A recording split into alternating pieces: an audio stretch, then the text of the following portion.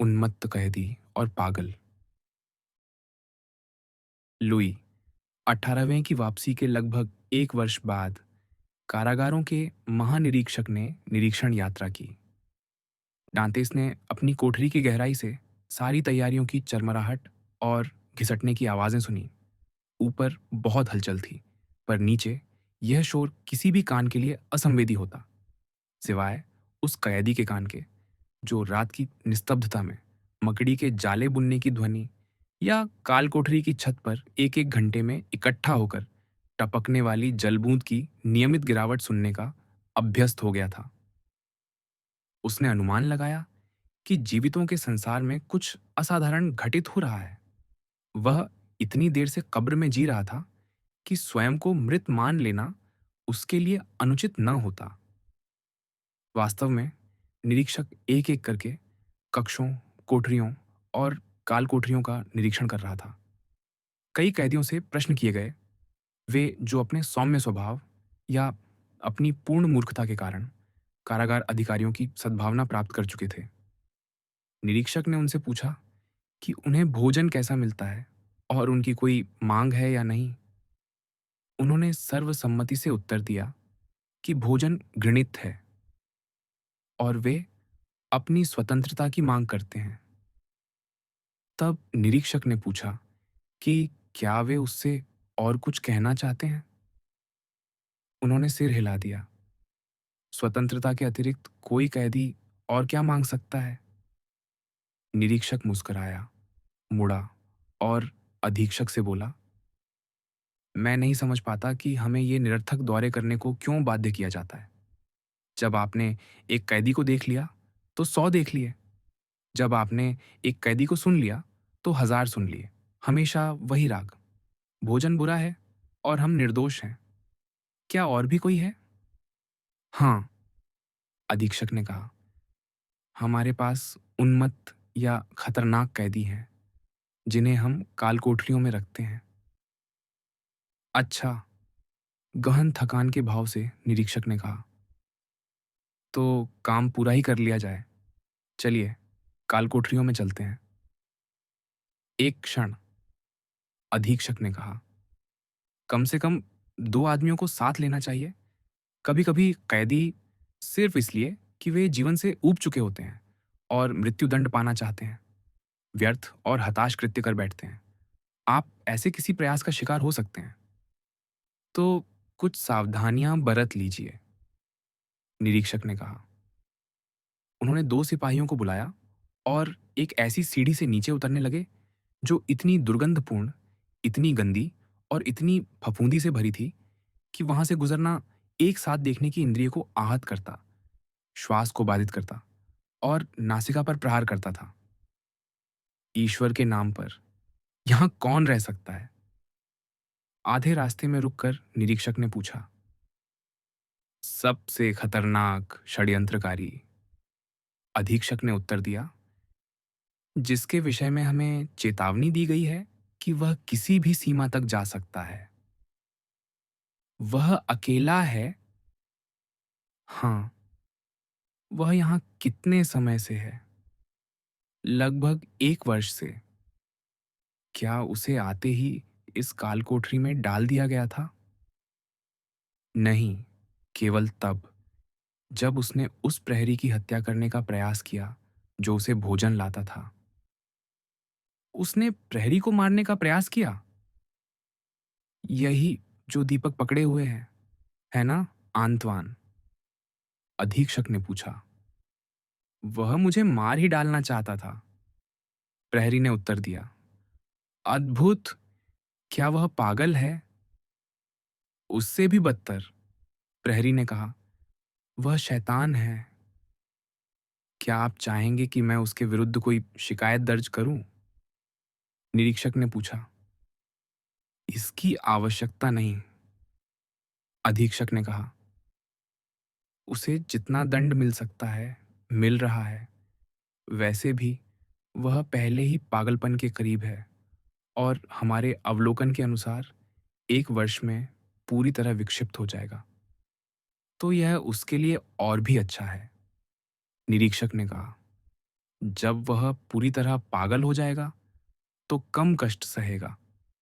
जैसा कि देखा जा सकता है, यह निरीक्षक अत्यंत मानवीय व्यक्ति था और उस पर सौंपे गए परोपकारी पद के सर्वथा योग्य था।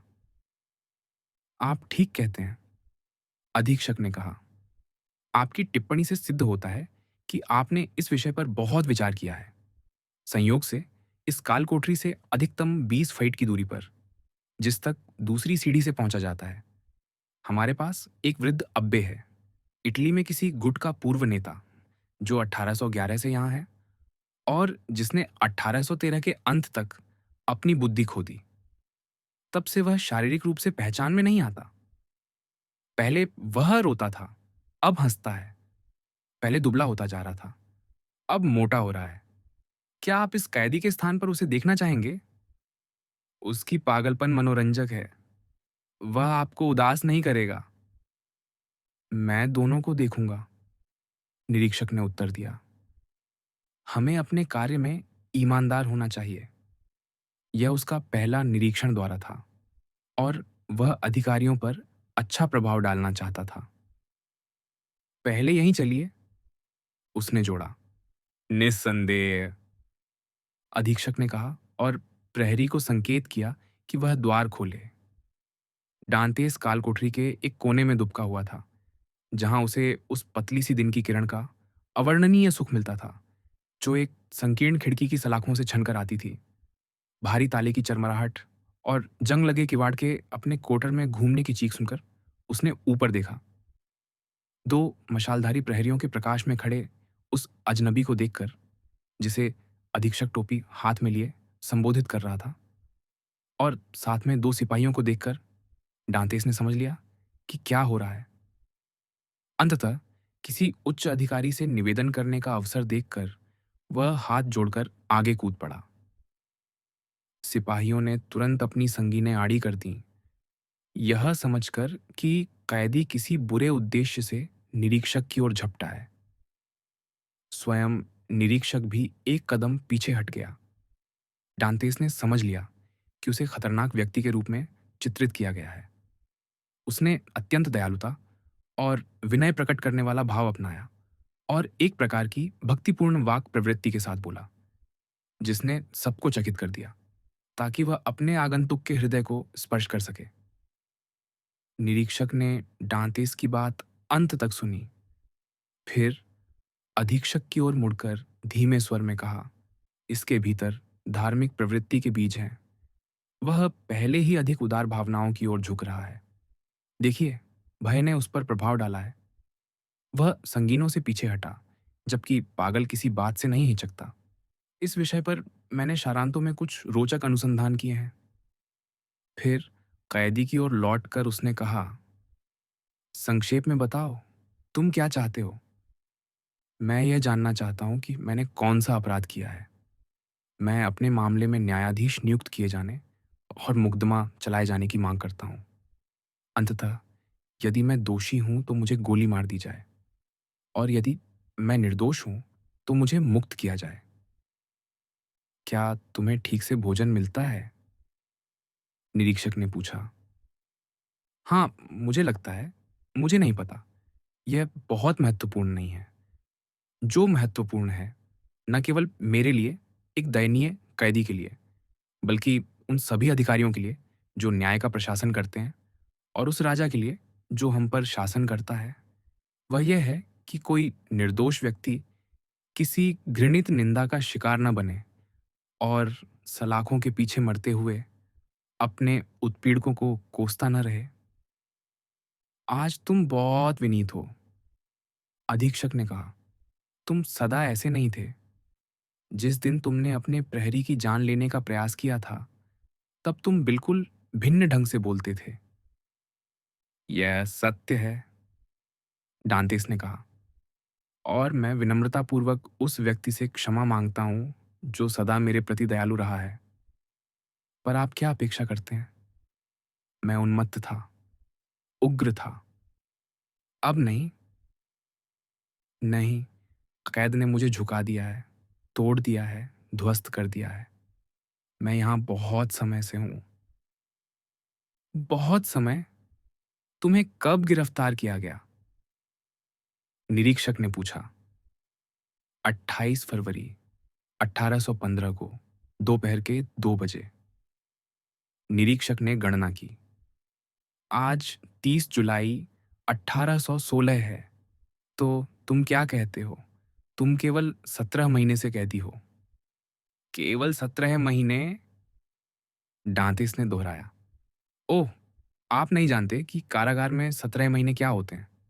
17 वर्ष, 17 शताब्दियां। विशेषकर मेरे जैसे मनुष्य के लिए, जो सुख की दहलीज पर था। मेरे जैसे मनुष्य के लिए, जो उस स्त्री से विवाह करने वाला था जिसे वह प्रेम करता था। मेरे जैसे मनुष्य के लिए, जिसके सामने एक सम्मानजनक जीवन मार्ग खुला था और जिसे एक ही क्षण में सब कुछ छीन लिया गया। जो सबसे उज्जवल दिन से सबसे गहरी रात में धकेल दिया गया। जिसने अपना भविष्य नष्ट होते देखा। जो नहीं जानता कि जो स्त्री उससे प्रेम करती थी वह अब भी करती है या नहीं। जो यह भी नहीं बता सकता कि उसका बूढ़ा पिता जीवित है या मृत। समुद्री वायु का अभ्यस्त, नाविक की स्वतंत्रता, विस्तार, विशालता, अनंतता का आदि मनुष्य। उसके लिए 17 महीने की कैद मानव जिह्वाओं द्वारा झांत सबसे घृणित नामों से पुकारे जाने वाले सभी अपराधों के लिए भी पर्याप्त दंड से अधिक है। मुझ पर दया कीजिए और मेरे लिए कृपा नहीं, दृढ़ता मांगे, क्षमा नहीं, निर्णय मांगे। एक न्यायाधीश। मैं केवल एक न्यायाधीश मांगता हूं। किसी अभियुक्त को न्यायाधीश से वंचित नहीं किया जा सकता। ठीक है, निरीक्षक ने कहा। हम देखेंगे। फिर अधीक्षक की ओर मुड़कर बोला। सच कहूं तो मुझे इस बेचारे पर तरस आता है। ऊपर लौटते समय तुम्हें उसका निरुद्ध आदेश मुझे दिखाना होगा। निस्संदेह, अधीक्षक ने कहा। पर मुझे लगता है कि तुम्हें उसके विरुद्ध कुछ भयानक आरोप मिलेंगे। मैं जानता हूं, डांतिस ने आगे कहा, कि आप स्वयं मेरे मुक्त होने का निर्णय नहीं कर सकते, पर आप मेरी याचना उच्चाधिकारियों तक पहुंचा सकते हैं, जांच आरंभ कर सकते हैं, मुझे न्यायालय में प्रस्तुत करा सकते हैं। मैं केवल न्याय चाहता हूं। मुझे बताया जाए कि मैंने कौन सा अपराध किया है और मुझे कौन सी सजा दी गई है। क्योंकि आप समझते हैं, अनिश्चितता ही सबसे भयानक यातना है। मुझे स्पष्ट करो, निरीक्षक ने कहा। मैं आपकी आवाज से समझ सकता हूं कि आप मेरे प्रति सहानुभूति रखते हैं, डांतेस ने कहा। कृपया मुझे आशा करने दीजिए। यह मैं नहीं कर सकता, निरीक्षक ने उत्तर दिया। मैं केवल इतना वचन दे सकता हूं कि मैं तुम्हारी फाइल की जांच करूंगा। ओह, तब तो मैं मुक्त हूं। मैं बच गया। तुम्हारी गिरफ्तारी का आदेश किसने दिया? निरीक्षक ने पूछा। व्हीलफोर ने, डांतेस ने उत्तर दिया। आप उनसे मिल सकते हैं और उनसे परामर्श कर सकते हैं। व्हीलफोर पिछले वर्ष भर से मार्सेई में नहीं, टूलूज में है। आह, अब यह मुझे आश्चर्यजनक नहीं लगता, डांतिस ने बुदबुदाया। मेरा एकमात्र रक्षक चला गया।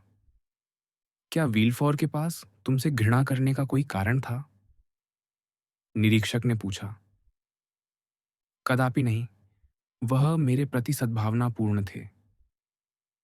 तो मैं इस प्रकरण पर उनके द्वारा छोड़ी गई टिप्पणियों पर या जो वे मुझे देंगे उन पर भरोसा कर सकता हूं? पूरी तरह। बहुत अच्छा। धैर्य रखो। डांतेस घुटनों के बल गिर पड़ा। हाथ आकाश की ओर उठाकर उस व्यक्ति की रक्षा की प्रार्थना करने लगा जो उसके कारागार में उतरा था, मानो हमारा उद्धारकर्ता नर्क से अभिशप्तों को छुड़ाने उतरा हो। द्वार बंद हो गया, पर निरीक्षक जो आशा साथ लाया था वह डांतेस की काल कोठरी में कैद रह गई। क्या आप निरुद्ध अभिलेख तुरंत देखना चाहेंगे? अधीक्षक ने पूछा। या अब्बे की काल कोठरी की ओर चलें? काल कोठरियों का काम अभी निपटा लेते हैं, निरीक्षक ने उत्तर दिया। यदि मैं फिर से दिन के उजाले में चला गया, तो इस उदास कार्य को जारी रखने का संकल्प खो सकता हूँ। ये कैदी पिछले वाले जैसा नहीं है। उसकी उन्मत्तता आपको दूसरे की विवेकशीलता से कम उदास करेगी। किस प्रकार की उन्मत्तता? अत्यंत दुर्लभ। वह स्वयं को अपार धन का स्वामी मानता है। कैद के पहले वर्ष उसने सरकार को 1 मिलियन फ्रांक देने की पेशकश की, यदि वे उसे मुक्त कर दें। दूसरे वर्ष 2 मिलियन, तीसरे वर्ष 3, और इसी प्रकार बढ़ता गया। अब वह कैद के 5वें वर्ष में है, इसलिए वह आपसे एकांत में मिलने और 5 मिलियन की पेशकश करने की मांग करेगा। भला भला, यह तो रोचक है, निरीक्षक ने कहा। इस करोड़पति का नाम क्या है? अब्बे फारिया। 27 नंबर, निरीक्षक ने कहा। यही है, खोलो, आंतवान। दारोगा ने आज्ञा का पालन किया और निरीक्षक ने पागल अब्बे की काल कोठरी में झांकने का प्रयास किया, जैसा कि उस कैदी को प्रायः कहा जाता था। कक्ष के बीचों बीच एक व्यक्ति पड़ा था, दीवार से झड़ी छूने की एक टुकड़ी से भूमि पर बनाए गए वृत्त के भीतर, लगभग निर्वस्त्र, उसके वस्त्र चिथड़ों में बदल चुके थे। वह उस वृत्त में अत्यंत सटीक ज्यामितीय रेखाएं खींच रहा था और अपने प्रश्न को सुलझाने में उतना ही तल्लीन प्रतीत होता था जितना आर्किमिडीज तब था जब वह मार्सेलस के एक सैनिक के हाथों मारा गया। कोठरी का द्वार खुलने की आवाज पर उसने सिर भी नहीं उठाया, केवल तब कुछ सजग हुआ जब मशालों की किरणों ने उस नम भूमि पर अपरिचित प्रकाश डाला जहां वह काम कर रहा था। तब वह मुड़ा और चकित हुआ कि लोगों का एक समूह उसकी काल कोठरी में उतर आया है। वह तुरंत उठ खड़ा हुआ, अपने दयनीय बिस्तर के पायों के पास पड़ी एक कंबल उठाई और उसे जल्दी से अपने चारों ओर लपेट लिया, ताकि इन अजनबियों के सामने कुछ अधिक सभ्य रूप में दिखाई दे सके। तुम्हारी क्या मांगे हैं? निरीक्षक ने अपनी निर्धारित शैली बदले बिना पूछा। मैं? अब्बे ने विस्मय से उत्तर दिया। मेरी कोई मांग नहीं है। तुम समझे नहीं, निरीक्षक ने कहा। मैं सरकार का प्रतिनिधि हूं। मेरा कर्तव्य है कारागारों का निरीक्षण करना और कैदियों की शिकायतें सुनना।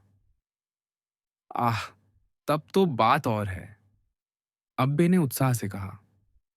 मुझे आशा है कि हम किसी समझौते पर पहुंचेंगे। आप देख रहे हैं, अधीक्षक ने फुसफुसाकर कहा। क्या मैंने पहले ही नहीं कहा था? मैं अब्बे फौरिया हूं, कैदी ने आगे कहा। रोम में जन्मा, कार्डिनल रोस्पिलियोसी का 20 वर्षों तक सचिव रहा। मुझे 1811 के प्रारंभ में गिरफ्तार किया गया था। क्यों, यह मैं ठीक ठीक नहीं जानता। और तब से मैं इतालवी और फ्रांसीसी दोनों प्राधिकारों से अपनी स्वतंत्रता की मांग करता आ रहा हूं। फ्रांसीसी प्राधिकारों से क्यों? अधीक्षक ने पूछा। क्योंकि मुझे पियोम्बिनो में गिरफ्तार किया गया था और मैं यह मानता हूं कि मिलान और फ्लोरेंस की तरह पियोम्बिनो भी अब किसी फ्रांसीसी विभाग की राजधानी है। निरीक्षक और अधीक्षक ने एक दूसरे की ओर देखा और हंस पड़े। यह तो अद्भुत है, निरीक्षक ने कहा। मेरे मित्र, इटली के विषय में आपकी जानकारी कुछ पुरानी हो चुकी है। वह मेरी गिरफ्तारी के दिन की है, पर चूंकि सम्राट ने स्वर्ग प्रदत्त अपने पुत्र के लिए रोम का राज्य स्थापित किया था, इसलिए मैं मानता हूं कि उसने मैकियावेली और चेजारे बोर्जिया के स्वप्न को साकार करने के लिए अपने विजय अभियान आगे बढ़ाए होंगे और समस्त इटली को एक ही राज्य में एकत्र कर दिया होगा। सौभाग्य से, निरीक्षक ने कहा। दैवीय व्यवस्था ने उस महत्वाकांक्षी योजना को कुछ हद तक संशोधित कर दिया है, यद्यपि आप मुझे उसे बड़े उत्साह से समर्थन देते हुए प्रतीत होते हैं। इटली को शक्तिशाली, स्वतंत्र और समृद्ध राष्ट्र बनाने का यही एकमात्र उपाय है। अब्बे ने उत्तर दिया। संभव है, निरीक्षक ने कहा, पर मैं यहाँ आपसे परापर्वतीय राजनीति पर वाद विवाद करने नहीं आया हूँ। मैं तो केवल यह पूछने आया हूँ, जैसा कि पहले पूछ चुका हूँ, कि क्या आपको भोजन या अपनी दशा के विषय में कोई शिकायत है? भोजन वही है जो सभी कारागारों में होता है, अब्बे ने कहा, अर्थात घृणित। जहां तक मेरे निवास का प्रश्न है, आप स्वयं देख सकते हैं। यह नम और अस्वस्थ है, पर काल-कोठरी के लिए स्वीकार्य है। किंतु यह सब गौण है।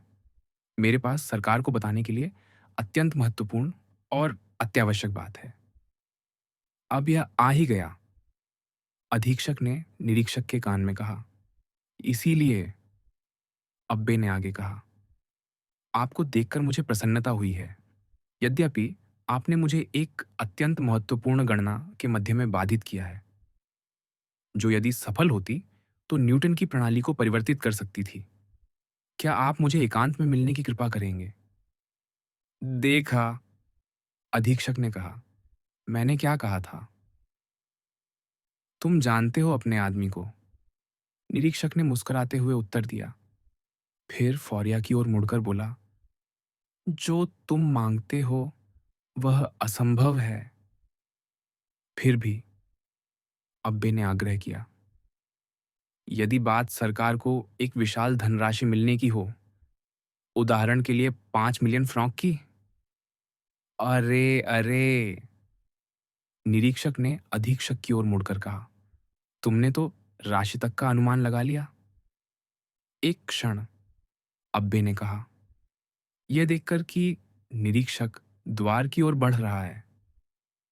हमारा पूर्णतः अकेले होना आवश्यक नहीं है। अधीक्षक वह सब सुन सकता है जो मुझे कहना है। मेरे प्रिय, अधीक्षक ने कहा, दुर्भाग्य से हम पहले से ही जानते हैं कि तुम क्या कहोगे। तुम अपने खजाने की ही बात कर रहे हो, है ना? फौरिया ने उस उपहासपूर्ण व्यक्ति की ओर देखा। उसकी आंखों में कोई भी निष्पक्ष दर्शक विवेक और सत्य का प्रकाश अवश्य देख लेता। निस्संदेह, उसने कहा, और किस विषय में बात करूं यदि उसी में सब कुछ निहित है? मेरे प्रिय निरीक्षक, अधीक्षक ने आगे कहा, पिछले 4 या 5 वर्षों में यह कथा बार बार सुनकर मैं इसे अब्बे जितना ही भली भांति सुना सकता हूं। इससे केवल यही सिद्ध होता है, अब्बे ने कहा, कि आप उन लोगों के समान हैं जिनके पास आंखें हैं पर वे देखते नहीं, और जिनके पास कान हैं पर वे सुनते नहीं। सरकार धनवान है, निरीक्षक ने कहा, और ईश्वर की कृपा से उसे आपके धन की कोई आवश्यकता नहीं है। उसे उस दिन के लिए बचा कर रखिए जब आप कारागार से बाहर निकलें। अब्बे की आंखें फैल गईं और उसने निरीक्षक का हाथ पकड़ लिया। पर यदि मैं कारागार से बाहर न निकल सका तो? उसने कहा, कल्पना कीजिए कि न्याय की सभी अवधारणाओं के विरुद्ध मुझे इसी कालकोठरी में रखा जाए और मैं बिना अपना रहस्य किसी को सौंपे यहीं मर जाऊं। तब वह खजाना नष्ट हो जाएगा। क्या यह सरकार के लिए और मेरे लिए अधिक उत्तम नहीं होगा कि वह उसका लाभ उठाए? मैं 6 मिलियन तक देने को तैयार हूं। हाँ, मैं 6 मिलियन दे दूंगा और शेष से संतुष्ट रहूंगा यदि वे मुझे मुक्त कर दें। यदि यह ज्ञात ना हो कि यह व्यक्ति पागल है, निरीक्षक ने धीमे स्वर में कहा, तो जिस दृढ़ विश्वास से यह बोलता है, उससे कोई भी इसे सत्य समझ ले। मैं पागल नहीं हूं, फौरिया ने उत्तर दिया, और मैं सत्य कह रहा हूं। वह खजाना वास्तव में अस्तित्व में है। मैं आपसे एक समझौता करने को तैयार हूं। आप मुझे उस स्थान पर ले जाएंगे जिसे मैं निर्दिष्ट करूंगा। हमारे सामने भूमि खोदी जाएगी, और यदि मैं झूठ बोल रहा हूं, यदि कुछ भी न मिले, यदि मैं पागल सिद्ध हूं, जैसा कि आप कहते हैं, तो आप मुझे इसी काल कोठरी में वापस ले आए, जहां मैं सदा रहूंगा, और फिर कभी आपसे या किसी से भी कुछ नहीं मांगूंगा। अधीक्षक जोर से हंस पड़ा। तुम्हारा खजाना यहां से बहुत दूर है, उसने पूछा। लगभग 100 ल्यूक, फौरिया ने कहा। यह बड़ी चतुर युक्ति है, अधीक्षक ने कहा। यदि हर कैदी अपने प्रहरियों को 100 ल्यूक की व्यर्थ यात्रा पर ले जाए, मान लिया जाए कि प्रहरी सहमत भी हो जाए, तो ऐसे सफर में कहीं ना कहीं कैदी को भाग निकलने का अवसर मिल ही जाएगा। यह एक पुरानी चाल है, निरीक्षक ने कहा, और यह सज्जन ये भी दावा नहीं कर सकते कि उन्होंने इसे स्वयं गढ़ा है। फिर वह अब्बे की ओर मुड़ा। मैंने तुमसे पूछा था कि क्या तुम्हें ठीक से भोजन मिलता है? मसीह के नाम पर मुझसे यह शपथ लो कि यदि जो कुछ मैंने बताया है वह सत्य निकले तो मुझे मुक्त कर दोगे। फौरिया ने उत्तर दिया, और मैं तुम्हें वह स्थान बता दूंगा जहां खजाना गड़ा है। क्या तुम्हें ठीक से भोजन मिलता है? निरीक्षक ने फिर आग्रह किया। इस प्रकार तुम कोई जोखिम नहीं उठाते। तुम देख सकते हो कि यह भागने का अवसर गढ़ने के लिए नहीं है, क्योंकि यात्रा होने तक मैं कारागार में ही रहूंगा। तुमने मेरे प्रश्न का उत्तर नहीं दिया, निरीक्षक ने अधीरता से दोहराया। और तुमने मेरी याचना का उत्तर नहीं दिया, अब्बे चिल्लाया। तो फिर उन अन्य मूर्खों की तरह धिक्कार हो तुम्हें, जिन्होंने मुझ पर विश्वास करने से इनकार किया। तुम्हें मेरा सोना नहीं चाहिए तो मैं उसे अपने पास रखूंगा। तुम मुझे स्वतंत्रता से वंचित करते हो तो ईश्वर मुझे वह देगा। जाओ, मुझे अब कुछ नहीं कहना।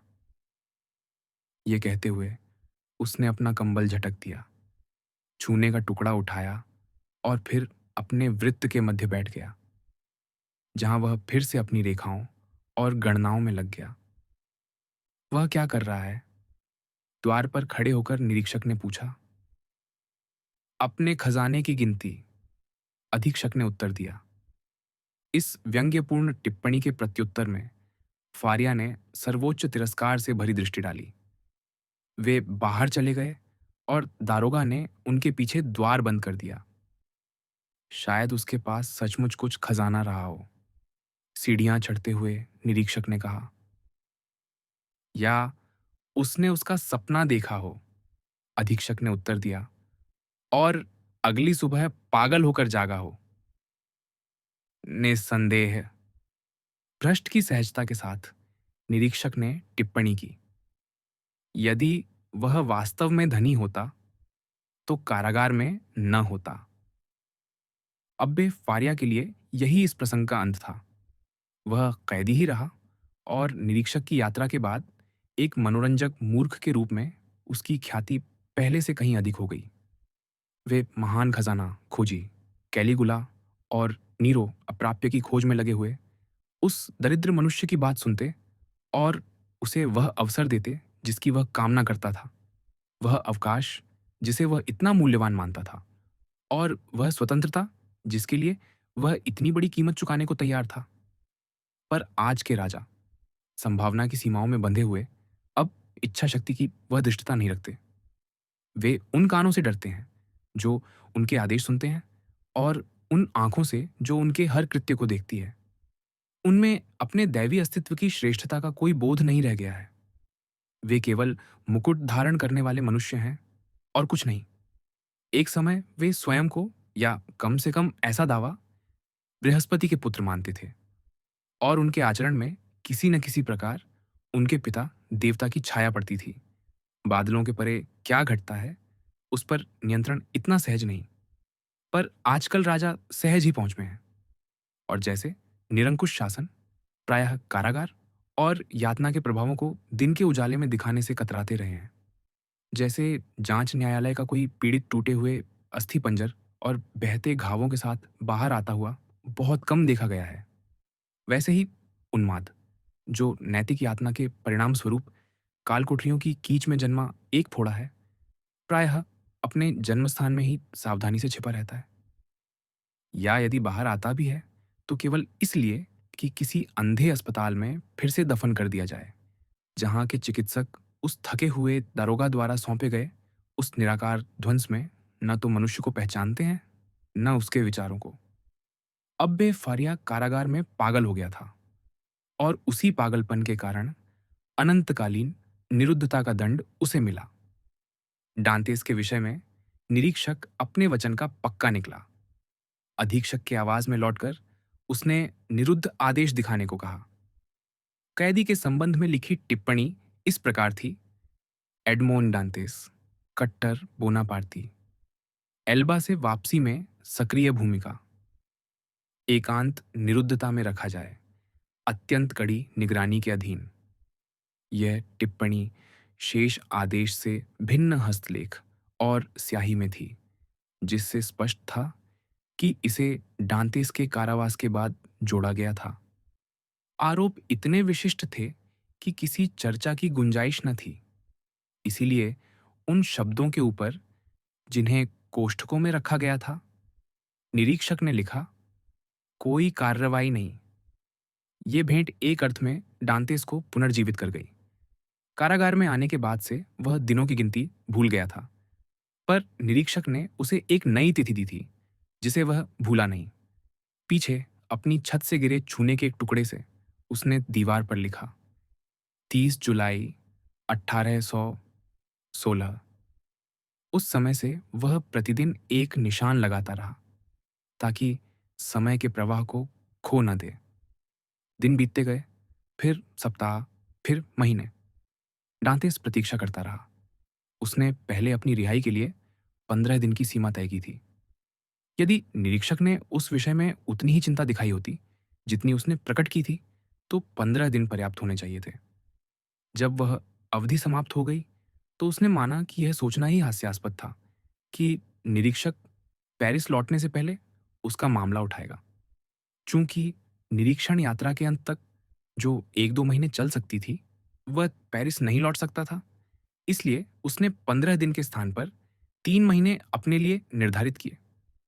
3 महीने बीत जाने पर उसने एक और तर्क से स्वयं को सांत्वना दी और 6 महीने स्वीकार कर ली। पर जब 6 महीने भी पूरे हो गए, तो सभी दिनों को जोड़ने पर प्रतीत हुआ कि वह 10.5 महीने प्रतीक्षा कर चुका था। इन 10 महीनों में उसके कारावास की परिस्थितियों में कुछ भी नहीं बदला था। उसे कोई उत्साहवर्धक समाचार नहीं मिला था और जब वह अपने दारोगा से पूछता, तो वह हमेशा की तरह मौन रहता। डांतेस को अपनी इंद्रियों के प्रमाण पर संदेह होने लगा। उसे लगने लगा कि जिसे वह स्मृति समझता था, वह केवल एक विभ्रम है और वह सेवक दूत जो उसके कारागार में प्रकट हुआ था, किसी स्वप्न के पंखों पर उड़ाया था। 1 वर्ष बाद अधीक्षक का स्थानांतरण हो गया। उसे हाम के किले का प्रबंधक नियुक्त किया गया और वह अपने साथ अपने कई अधीनस्थों को ले गया, जिनमें डांतेस का दारोगा भी था। एक नया अधीक्षक आया। उसे अपने कैदियों के नाम सीखने में बहुत समय लगता, इसलिए उसने केवल उनके नंबर जानना पर्याप्त समझा। इस भयावह निवास में 50 सुसज्जित कोठरियां थीं। उनके निवासी उस कोठरी के नंबर से पुकारे जाते थे जिसमें वे रहते थे, और वह अभागा युवक अब न तो अपने नाम एडमोन से पुकारा जाता था, न अपने उपनाम डांतेस से। वह नंबर 34 बन गया